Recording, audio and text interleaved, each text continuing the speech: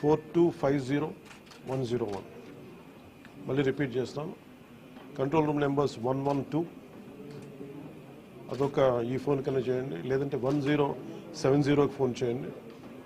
ఇది కాకుండా మూడో నెంబర్ 1800-425-0101.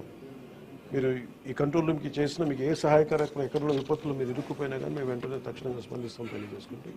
అలాగే దాదాపు 80 కోట్ల రూపాయలని జిల్లాలకి ఈ రిలీఫ్ అండ్ రీహాబిలిటేషన్కి విడుదల చేయడం జరిగింది.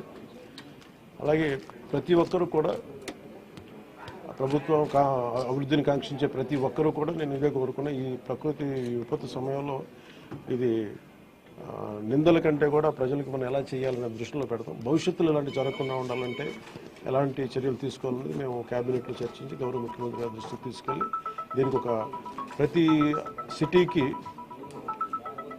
సిటీకి ఒక మాస్టర్ ప్లాన్ తయారు చేయాలి. ఫ్లడ్ మేనేజ్మెంట్కి ఒక మాస్టర్ ప్లాన్ ఉండాలి. అందుకని ఆ దృష్టిలో పెడతాం భవిష్యత్తులో. Thank you.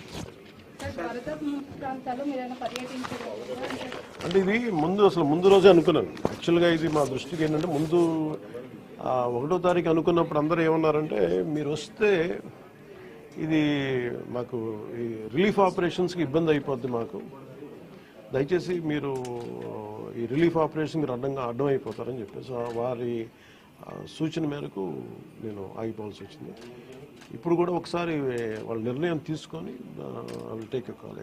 వెళ్తే అది సహాయపడాలి కానీ మళ్ళీ ఇంకొక కేయాటిక్ మీకు తెలుసు, అందుకని దాన్ని దృష్టిలో పెట్టుకుని కొంచెం తటపాయిస్తాను. అంతకుమించి లేదు, కొంచెం ఇబ్బంది లేదంటే ముందంటే మెయిన్ అధికారులు పాపం గత 72 గంటల నుంచి వాళ్ళు నలిగిపోతారు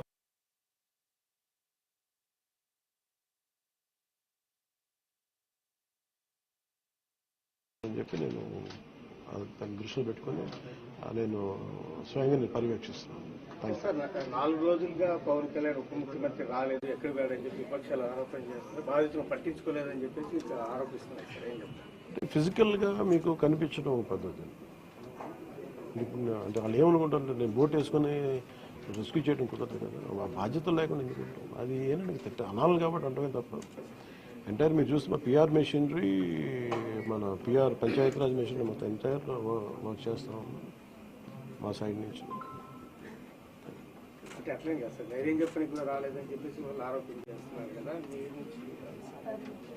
అది నేను అట్లా అనుకోవట్లేదండి. అంటే ఏమైపోతుంది, ధైర్యం చెప్పడానికి వెళ్ళి ఒక్కసారి మీద పడ్డారు అనుకోండి. పరిస్థితులు ఎలా ఉంటాయంటే ఇప్పుడు నేను మొన్న పింఛడానికి దీనికి వెళ్ళాను. నేను వెళ్ళి సహాయ కార్యక్రమం అంటే నేను ఒక ప్రత్యేకమైన పరిస్థితిలో ఉన్నాను, అది మీరు అర్థం చేసుకోవాలి. ఇప్పుడు నేను వెళ్ళి కూర్చుంటే వెళ్ళిపోదని రెస్క్యూ ఆపరేషన్స్కి ఇబ్బంది కలగకూడదన్నది ఒకటే నన్ను, ఆ సూచన ఒకటి నన్ను ఆపినాను, అంతమించి వేరే అనుకోలేదు. Thank you.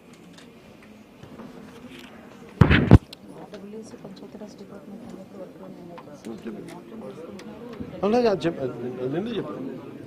అంటే పంచాయతీరాజ్ కానీ, రూరల్ వాటర్ సప్లై కానీ, ఇంజనీరింగ్ డిపార్ట్మెంట్ కానీ ఇవి కన్సిస్టెంట్గా